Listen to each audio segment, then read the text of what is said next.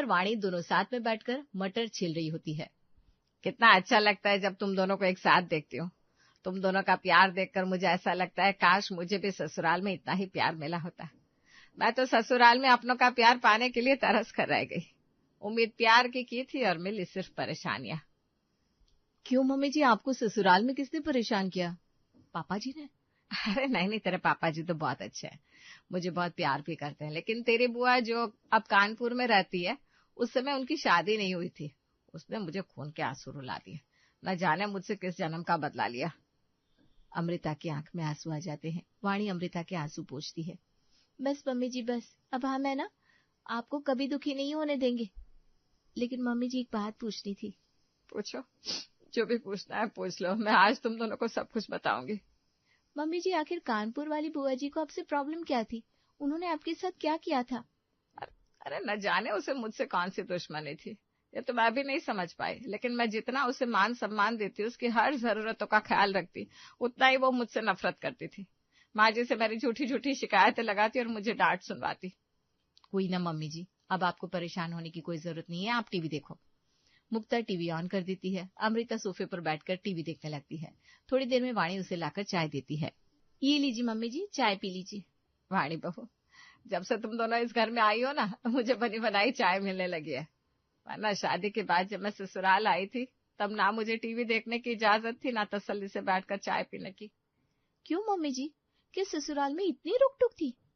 तेरे सास ससुर ने मुझ पर कभी कोई रोक टोक नहीं लगाई, लेकिन तेरे कानपुर वाली बुआ अगर मुझे 1 मिनट भी चैन से बैठी हुई देख लेना, तो फौरन कोई ना कोई काम लेकर मेरे पास चली आती थी। भाभी मेरे कपड़े में प्रेस कर दो, भाभी खाली बैठी तो जरा मेरे लिए चाय बना दो, भाभी ये भाभी वो। उसकी सारी फरमाइशें भी पूरी करती थी, लेकिन उसके बाद भी वो मेरी शिकायतें लगाती थी। एक दिन तो उसने हद ही कर दी, माँ जी से कह दिया मैंने जानबूझकर उसके कपड़े जला दिए। और फिर जो माँ जी ने मेरी क्लास लगाई, पूछो मत। मम्मी जी, अब आप पिछली बातें भूल जाओ, जो हुआ सो हुआ। आप चाय पियो। आपके लिए कुछ खाने को लाऊं? नहीं बहू, रहने दे। नहीं मम्मी जी, मैं आपके लिए भेलपूरी बनाकर लाती हूँ, कुछ चटपटा खाकर आपका मूड फ्रेश हो जाएगा। वाणी रसोई में जाती है और फटाफट से भेलपूरी बनाकर लाती है और अमृता को देती है। इसी तरह एक दिन दोनों बहुएं रसोई में बातें कर रही थी। मुक्ता भाभी, आज मेरी तबीयत कुछ ठीक नहीं लग रही, खाना बनाने का बिल्कुल दिल नहीं हो रहा। हाँ, आज तो मेरा भी खाना बनाने का दिल नहीं हो रहा। ऐसा लग रहा है जैसे बस बेड पर पड़ी रहूं और कोई चाय लाकर वहीं दे दे। तभी वहां अमृता आती है। कोई बात नहीं, तुम दोनों आराम करो, आज खाना मैं बना लेती हूँ। मम्मी जी, आप हमारे होते हुए आप खाना बनाएंगी, अच्छा थोड़ी ना लगेगा।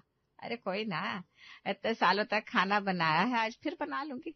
तुम दोनों बहुत खुश नसीब हो कि तुम दोनों को ऐसी सास मिली है, वरना मेरी तो तबीयत भी खराब होती थी ना, तो तेरे कानपुर वाली बुआ मुझे आराम नहीं करने देती थी।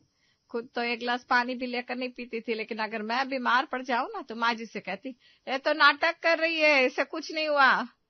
और फिर मुझे बीमारी की हालत में भी काम करना पड़ता था। यहाँ तक कि मैं जब रसोई में खाना बनाती थी, तो तेरे कानपुर वाली बुआ वही मेरे सर पर खड़ी रहती थी। अमृता की बातें सुनकर मुक्ता और वाणी को गुस्सा आ जाता है। कानपुर वाली बुआ ने तो बड़ी अजीब बातें की है। बोले ऐसा कौन करता है? उनके पास आपको परेशान करने के अलावा और कोई काम नहीं था क्या? अरे काम तो बहुत था, लेकिन वो करे तब ना, घर के किसी काम को हाथ तक नहीं लगाती थी। उस समय वो कॉलेज में पढ़ती थी, रोज मेरे कपड़े पहनकर कॉलेज जाया करती थी। मैं अगर बाजार से नए कपड़े लेकर आती तो मुझसे पहले वो उसे पहनती। उसके रहते हुए मैं कभी नए कपड़े नहीं पहन पाई। बुआ है या दुश्मन? पापा जी उन्हें कुछ नहीं कहते थे? वो तेरे पापा जी की लाडली बहन थी, उसे कुछ नहीं कहते थे। ऐसी भी क्या लाडली बहन? उन्होंने आप पर इतने जुल्म किए, पापा जी को कभी दिखाई नहीं पड़ा? मम्मी जी, आप चिंता मत करो, वक्त सबका बदलता है। उन्होंने आपके साथ जो किया है वो उनके पास लौट कर जरूर आएगा। दोनों बहुएं अमृता को दिलासा देती है और हर पल उसे खुश रखने की कोशिश करती है। इसी तरह एक दिन घर में वाणी पोछा लगा रही थी, तभी अमृता अपने कमरे से निकलकर बाहर आती है। मम्मी जी, आप अभी अपने कमरे में ही बैठिए, पोछा सूख जाए ना तब मैं आपको बता दूंगी। गीले पोछे पर आपका पैर फिसल गया तो आपको चोट लग जाएगी। तू ही इतनी फिक्र कर रही है। शादी के बाद मुझे फर्श पर गिरे तेल पर चलने के लिए मजबूर किया गया। मैं ऐसा गिरी कि तब की लगी चोट आज तक दर्द देती है। मम्मी जी, आपको फर्श पर गिरे तेल पर चलने के लिए किसने मजबूर किया? तेल पर तो कोई भी फिसल जाएगा। और कौन करेगा, एक ही तो थी, तेरे कानपुर वाली बुआ। एक दिन वो अपने बालों में तेल लगा रही थी, मुझे आता हुआ देखा तो झट से तेल की शीशी फर्श पर लुढ़का दी। जिस पर मेरा पैर पड़ गया और मैं धड़ाम से जमीन पर गिर गई। ऐसी चोट लगी थी, आज भी सोचकर ना उफ निकल जाती है। वाणी का चेहरा गुस्से से लाल हो जाता है। मुक्ता भी वहीं होती है। मम्मी जी, अब आपको किसी से डरने की कोई जरूरत नहीं है। हम दोनों आपका इतना ख्याल रखेंगे कि आप पिछले सारे दुख भूल जाएंगी। आप मेरे साथ चलिए, मैं आपके पैर दबा देती हूँ, आपको आराम मिलेगा। मुक्ता अमृता को उसके कमरे में लेकर आती है और उसकी सेवा करती है। दोनों बहुएं एक दूसरे से कहती है, मुक्ता भाभी, मम्मी जी के साथ बहुत गलत हुआ है। हाँ वाणी, कानपुर वाली बुआ की हरकतें सुनकर ना मेरा खून खौल रहा है। भला ऐसा कौन करता है? ननद है या दुश्मन? कभी हमारे पाले पड़ जाए तो हम भी उन्हें बता देंगे किसी को परेशान करने का क्या अंजाम हो सकता है। उन्होंने हमारी मम्मी जी के साथ जो किया ना, उसका बदला तो हम लेकर आएंगे। मजा तो हम उन्हें चखाएंगे। उन्हें बता देंगे कि मम्मी जी को परेशान करके उन्होंने बहुत बड़ी गलती की थी। दोनों बहुएं ठान लेती है कि वे कानपुर वाली बुआ से अपनी सास का बदला लेकर आएंगी। बस एक बार बुआ जी कहीं मिल जाए। धीरे धीरे दिन गुजर रहे होते हैं। अमृता आए दिन अपनी दोनों बहुओं को कानपुर वाली बुआ के कारनामे सुनाया करती। एक दिन, अरे अमृता, कहाँ हो भाई? अमृता अपने कमरे से बाहर निकल कर आती है। क्या बात है जी, बड़े खुश लग रहा है। अरे बात ही खुशी की है, अपना जीतू है ना, उसे बेटी हुई है। कौन, वो बरेली वाली दीदी का बेटा जितेंद्र है? हाँ भाई, वो बाप बन गया है। अरे वाह, ये तो बड़ी खुशखबरी है। बरेली वाली दीदी आज जिंदा होती तो कितनी खुश होती। वही ना, आज ना तो दीदी है ना जीजा जी, उनका इकलौता बेटा बाप बन गया है। इतनी बड़ी खुशी के मौके पर वो अकेला है। अकेला क्यों है? मैं जाऊंगी उसके पास। तुम बरेली जाओगी? हाँ हाँ, मैं बरेली जाऊंगी। बेचारी खनक बहू अकेले बच्चे को कैसे संभालेगी। मैं जाकर कुछ दिन वहीं रहूंगी। ठीक है, मैं तुम्हारा टिकट करवा देता हूँ। दरअसल बरेली में तारक की मौसेरी बहन गायत्री रहती थी। जितेंद्र गायत्री का इकलौता बेटा था। गायत्री और उसके पति महेंद्र दोनों ही इस दुनिया में नहीं थे, इसलिए अमृता इस खुशी के मौके पर बरेली जाने की इच्छा जताती है। तारक उसका टिकट करवा देता है। अमृता, मैंने तुम्हारा बरेली का टिकट करवा दिया है। कल शाम की ट्रेन है। मैं भी तुम्हारे साथ चलता, लेकिन तुम तो जानती हो अभी मेरी आंखों का चेकअप होना बाकी है। डॉक्टर ने मुझे परसों बुलाया है। अरे कोई नहीं, आप अपना चेकअप करवा लो, मैं अकेली चली जाऊंगी। दूसरे दिन अमृता शाम की ट्रेन से बरेली के लिए निकल जाती है। इधर अमृता के जाते ही अक्षय के पास किसी का फोन आता है। हाँ हाँ, मम्मी घर पर नहीं है, क्या हुआ? अरे पर हम सब तो है ना, आप कल ही आ जाओ, यहाँ आपका चेकअप अच्छे से हो जाएगा, मैं आपको डॉक्टर के पास लेकर चलूंगा। थोड़ी देर बात करके अक्षय फोन रख देता है और मुक्ता से कहता है, मुक्ता, कानपुर से हमारी। कानपुर का नाम सुनते ही मुक्ता के कान खड़े हो जाते हैं। वो अक्षय की पूरी बात भी नहीं सुनती और बीच में ही बोल पड़ती है, कानपुर से? आने दो उन्हें, मैं और वाणी है ना, हम सब संभालेंगे। अरे वो तो ठीक है, लेकिन अक्षय, हमारे होते हुए आप क्यों टेंशन ले रहे हो? मैंने कह दिया ना, हम सब देख लेंगे। ठीक है भाई, मुक्ता वाणी को बताती है। कानपुर में तो वही बुआ जी रहती है ना, जिन्होंने हमारी माँ समान सास को खून के आंसू रुलाए हैं। हाँ, कानपुर से वही वाली बुआ जी आ रही हैं। अब वक्त आ गया है, मम्मी जी के एक एक आंसुओं का हिसाब होगा। शिकार खुद चलकर शिकारी के पास आ रहा है, अब जैसे को तैसा होगा। हम भी उनके साथ वही करेंगे जो उन्होंने हमारी मम्मी जी के साथ किया था। उन्होंने फर्श पर तेल गिराकर हमारी मम्मी जी को गिराया था ना, अब देखना भाभी, हम भी उनके साथ ऐसा ही करेंगे। उनके स्वागत में कोई कमी नहीं छोड़ेंगे। मुक्ता और वाणी कानपुर वाली बुआ को सबक सिखाने के लिए अपनी अपनी कमर कस लेती है। अगले दिन सुबह दिन के 10 बजे घर की घंटी बजती है। मुक्ता और वाणी दरवाजा खोलने जाती है। मुक्ता भाभी, कानपुर वाली बुआ होंगी, 1 मिनट रुको। वाणी दरवाजे पर तेल गिरा देती है, जिसके बाद मुक्ता धीरे से दरवाजा खोलकर खुद पीछे हट जाती है और जैसे ही शालिनी घर के अंदर पैर रखती है, उसका पैर फर्श पर गिरे तेल पर पड़ता है और वो धड़ाम से जमीन पर गिर जाती है।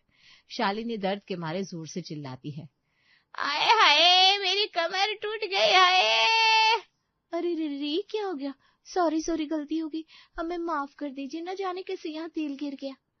कोई ना बहू, कोई ना, मैं ठीक हूँ। आपको बहुत चोट लगी होगी ना, चलिए मैं आपके पैर में दवा मालिश कर देती हूँ। वाणी शालिनी को उसके कमरे में लेकर जाती है और उसके पैर में दवा मालिश करने लगती है और चुपके से मुक्ता को आंख से इशारा करती है। मुक्ता रसोई में जाती है, जहाँ वो बुआ जी के पैर की सिकाई के लिए पानी गर्म करती है, जो कि कुछ ज्यादा ही गर्म था। बेहद गर्म पानी लेकर वो कमरे में जाती है। बुआ जी लाइए, मैं आपके पैर में गर्म पानी से सिकाई कर देती हूँ, आपको जल्दी आराम मिल जाएगा, लाइए लाइए। मुक्ता हॉट वाटर बैग में बेहद गर्म पानी भरकर लाती है और शालिनी के पैर पर रख देती है, जिससे शालिनी का पैर जल जाता है और वो एक बार फिर जोर से चिल्लाती है, आए हाय राम, जल गया बहू, मेरा पैर जल गया। मुक्ता जल्दी से हॉट वाटर बैग हटा लेती है। सॉरी सॉरी, गलती हो गई, न जाने क्यों आज हमसे गलती पर गलतियां हो रही है। कोई ना बहू, कोई ना, गलती तो इंसान से ही होती है। शालिनी का कोई ना अब तेज हो जाता है। शालिनी को नहीं पता था कि उसके साथ ये सब जानबूझकर किया जा रहा है, अमृता का बदला लेने के लिए। इधर तारक सब देख रहा होता है, लेकिन वो मुक्ता और वाणी को कुछ नहीं बताता। अच्छा, तो ये सब मेरी बहन के साथ होने वाला था। कोई ना, मेरी बहन बच गई, शालिनी को झेलने दो। मेरी बहन को परेशान करने चले थे, यहाँ तो दाव उल्टा पड़ रहा है। इधर मुक्ता और वाणी अपने मिशन पर लगे थे, वहीं कानपुर वाली बुआ जी से बदला लेने का मिशन। पैर में चोट और जलन के मारे शालिनी ठीक से चल भी नहीं पा रही थी। थोड़ी देर बाद वाणी शालिनी को नाश्ते के लिए बुलाने आती है। बहू, मुझसे तो चला ही नहीं जा रहा। आइए, मैं आपको लेकर चलती हूँ।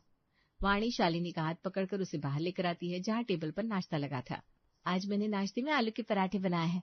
जैसे ही शालिनी आलू के पराठे खाना शुरू करती है, हाय पानी पानी। अरे क्या हुआ आपको? मिर्ची, पराठे में बहुत मिर्ची है। सॉरी सॉरी, गलती हो गई, लगता है पराठे में मिर्च ज्यादा पड़ गई है। कोई ना बहू, कोई ना, कोई ना। शालिनी का कोई ना अब और तेज हो गया था। लीजिए लीजिए, पानी पी लीजिए। शालिनी एक गिलास पानी पी लेती है, लेकिन मिर्ची की जलन अभी भी बरकरार होती है। बहू, एक गिलास और पानी। वाणी शालिनी को एक गिलास पानी लाकर देती है। शालिनी एक सांस में सारा पानी पी जाती है। मैंने आपके लिए दूसरा पराठा बना दिया है, आप दूसरा पराठा खा लीजिए। बहू, मेरा तो पानी से ही पेट भर गया, अब मुझसे पराठे नहीं खाए जाएंगे, मैं बाद में खा लूंगी, तू मुझे मेरे कमरे में पहुंचा दे। वाणी शालिनी को लेकर उसके कमरे की तरफ जाने लगती है और मुक्ता की तरफ देखकर धीरे से मुस्कुरा देती है। दरअसल मुक्ता और वाणी ने प्लान के मुताबिक बदला लेने के लिए शालिनी के पराठे में आलू की जगह मिर्च डाला होता है। हरी और लाल दोनों मिर्च डालकर शालिनी के लिए पराठे बनाए गए थे, जिसे खाने के बाद शालिनी के मुंह में छाले पड़ जाते हैं। ये तो अभी शुरुआत थी, शालिनी को तो पता भी नहीं था कि आगे आगे उसके साथ क्या होने वाला है। दूसरे दिन शालिनी डॉक्टर के पास जाने की बात करती है। अरे तू अकेली क्यों जाएगी? मैं अक्षय से कह देता हूँ, वो तुझे डॉक्टर के पास ले जाएगा। मुक्ता ये बातें सुन लेती है। पापा जी, इन्हें डॉक्टर के पास मैं लेकर जाती हूँ ना, घर के सारे काम तो हो ही गए हैं, मैं भी खाली बैठी हूँ। अक्षय तो ऑफिस के लिए निकल जाएंगे, फिर उधर से उन्हें अकेले ही घर वापस आना पड़ेगा। मैं साथ रहूंगी तो इन्हें अकेलापन महसूस नहीं होगा। ठीक है बहू, वैसा कर ले, तू ही चली जा शालिनी के साथ। बस फिर क्या था, मुक्ता तो एक और मौके की तलाश में थी। अपनी सास के आंसुओं का बदला लेने के लिए वो एक और प्लान बनाती है। वो शालिनी के साथ डॉक्टर के पास जाती है। दरअसल बहुत दिनों से शालिनी के कान में दर्द रहने लगा था, उसी का इलाज कराने वो यहाँ आई थी। अब जब मुक्ता शालिनी को लेकर डॉक्टर के पास जाती है, आप डॉक्टर के पास बैठिए, मैं अभी थोड़ी देर में आती हूँ। ठीक है बहू। शालिनी डॉक्टर के पास बैठी होती है। इधर मुक्ता मूवी देखने हॉल में चली जाती है। डॉक्टर शालिनी का चेकअप कर लेता है। मुक्ता बहू कहाँ चली गई? थोड़ी देर बोल कर गई थी, 1 घंटा हो गया। हमारी मुक्ता तो थी वही सिनेमा हॉल में, थोड़ा पॉपकॉर्न और कोल्ड ड्रिंक भी ले आती हूँ, तभी तो मूवी देखने का मजा आएगा। मुक्ता आराम से पॉपकॉर्न और कोल्ड ड्रिंक के साथ मूवी का मजा ले रही थी। इधर 1.5 घंटे बीत जाने के बाद मुक्ता जब लौट कर नहीं आती तो शालिनी खुद ही घर जाने के लिए क्लिनिक से बाहर आती है। Auto, auto. जी आंटी जी, कहाँ जाना है? भैया, कैलाश कॉलोनी चलोगे? चलोगा आंटी जी, लेकिन 300 रुपये लगेंगे। कैसी बात कर रहे हो भैया, मैं तो 150 रुपये में आई थी। तो उसी ऑटो में वापस चली जाओ। अरे भैया, वो तो हमें छोड़कर चला गया, तुम 200 ले लो बस। 250 देना है तो बैठो। ठीक है भाई, तेरी बात ही सही है, मुझे घर पहुंचा दे। ऑटो वाला शालिनी को गलत जगह पहुंचा देता है। लीजिए, आ गया पलाश कॉलोनी। शालिनी इधर उधर अपनी नजरें घुमाती है, उसे कहीं भी अपना घर नजर नहीं आता। ये तुम मुझे कहाँ ले आए भैया? अपने पलाश कॉलोनी कहा था, यही तो है। अरे भैया, मैंने कैलाश कॉलोनी चलने को कहा था। अरे तो साफ साफ बोलना चाहिए ना आंटी जी, आपने मेरा वक्त बर्बाद कर दिया। कैलाश कॉलोनी तो यहाँ से दूर है, आपको 250 रुपये और देने पड़ेंगे। मैं पैसे दे दूंगी, बस तू मुझे मेरे घर तक पहुंचा दे। ऑटो वाला शालिनी को कैलाश कॉलोनी पहुंचा देता है। शालिनी जहाँ 150 रुपये में घर पहुंचने वाली थी, वहां उसे 500 रुपये खर्च करने पड़ते हैं। 1 घंटा तो ऑटो में ही लग गया, ये मुक्ता बहू न जाने कहाँ रह गई। शालिनी घर पहुंचती है। थोड़ी देर के बाद मूवी खत्म होती है और मुक्ता भी घर आ जाती है। अब कहाँ रह गई थी? मैंने आपको क्लिनिक पर रहने के लिए बोला था ना। मैं वहां पहुंची तो आप वहां थी नहीं। बहू, मैंने काफी देर तेरा इंतजार किया, तू आई नहीं तो मैं ऑटो करके घर आ गई, लेकिन ऑटो वाले ने भी मुझे गलत जगह पहुंचा दिया। हम 150 रुपये में क्लिनिक पहुंचे थे और घर आने में मेरे पूरे 500 रुपये लग गए। सारी बातें वाणी और तारक सुन रहे होते हैं। वाणी तो मन ही मन मुस्कुरा रही थी और तारक ये सोचकर खुश होता है कि अच्छा हुआ कानपुर से मेरी बहन नहीं आई, नहीं तो ये सब उसके साथ होता। इसी तरह एक दिन वाणी वॉशिंग मशीन में सबके कपड़े धो रही थी। उस पे शालिनी के भी कपड़े होते हैं। ये सूट तो बुआ जी की है। उन्होंने मम्मी जी पर कपड़े जलाने का झूठा आरोप लगाया था ना। आज मैं सच में उनके कपड़े जलाऊंगी। कपड़े धोने के बाद वो कपड़े सुखाने के लिए रख देती है और जब कपड़े सूख जाते हैं तो वाणी शालिनी के सूट को प्रेस करने लगती है और जानबूझकर उसे जला देती है। शालिनी जब अपना वो सूट पहनती है, हाय, ये कैसे जल गया? ये तो मेरा फेवरेट सूट था। क्या हुआ बुआ जी? अरे देख ना बहू, ये मेरा सूट जल गया। बड़े शौक से मैंने ये सूट अमृतसर से मंगवाया था। अरे मुझसे जल गया, सॉरी सॉरी, मुझसे गलती हो गई। कोई ना बहू, कोई ना। शालिनी का कोई ना अब और तेज हो जाता है क्योंकि अब वो बुरी तरह से परेशान हो चुकी थी। ठीक उसी समय अमृता बरेली से वापस आती है। अरे शालिनी बहन, तू कब आई? और तूने अपनी ये क्या हालत बना रखी है? जला हुआ सूट क्यों पहना है? तेरे चेहरे पर हवाइयां क्यों उड़ रही है? मेरे पैर में भी चोट लगी है। शालिनी अमृता को अपने पैर में लगी चोट और मुंह के छाले भी दिखाती है। अरे अरे, ये सब कैसे हो गया? मेरी बहन की ऐसी हालत किसने कर दी? वाणी और मुक्ता अमृता के मुंह से शालिनी के लिए बहन सुनकर हैरान रह जाती है। बहन? लेकिन मम्मी जी, ये तो कानपुर वाली बुआ जी है ना, जिनके बारे में आपने हमें बताया था। हाय राम, ये कानपुर वाली बुआ नहीं, मेरी छोटी बहन शालिनी है। ये भी कानपुर में रहती है। सॉरी मम्मी जी, हमने सोचा ये वही वाली बुआ जी है जो आपके साथ। हमसे बहुत बड़ी गलती हो गई। तुम दोनों ने मेरी बहन की क्या हालत कर दी? अमृता तारक से कहती है। आपने इन्हें शालिनी के बारे में नहीं बताया? अरे अमृता, मैं तो शालिनी को पहचान ही नहीं पाया। तुम तो जानती हो मेरे चश्मे का नंबर बढ़ गया है। डॉक्टर से दिखाना था लेकिन डॉक्टर शहर से बाहर गया हुआ है। मैं तो चश्मा ही नहीं लगा रहा। चश्मा लगा था तब तो पता चलता कि ये शालिनी है। इधर वाणी और मुक्ता समझ जाती है कि उन्होंने गलत इंसान से बदला ले लिया है।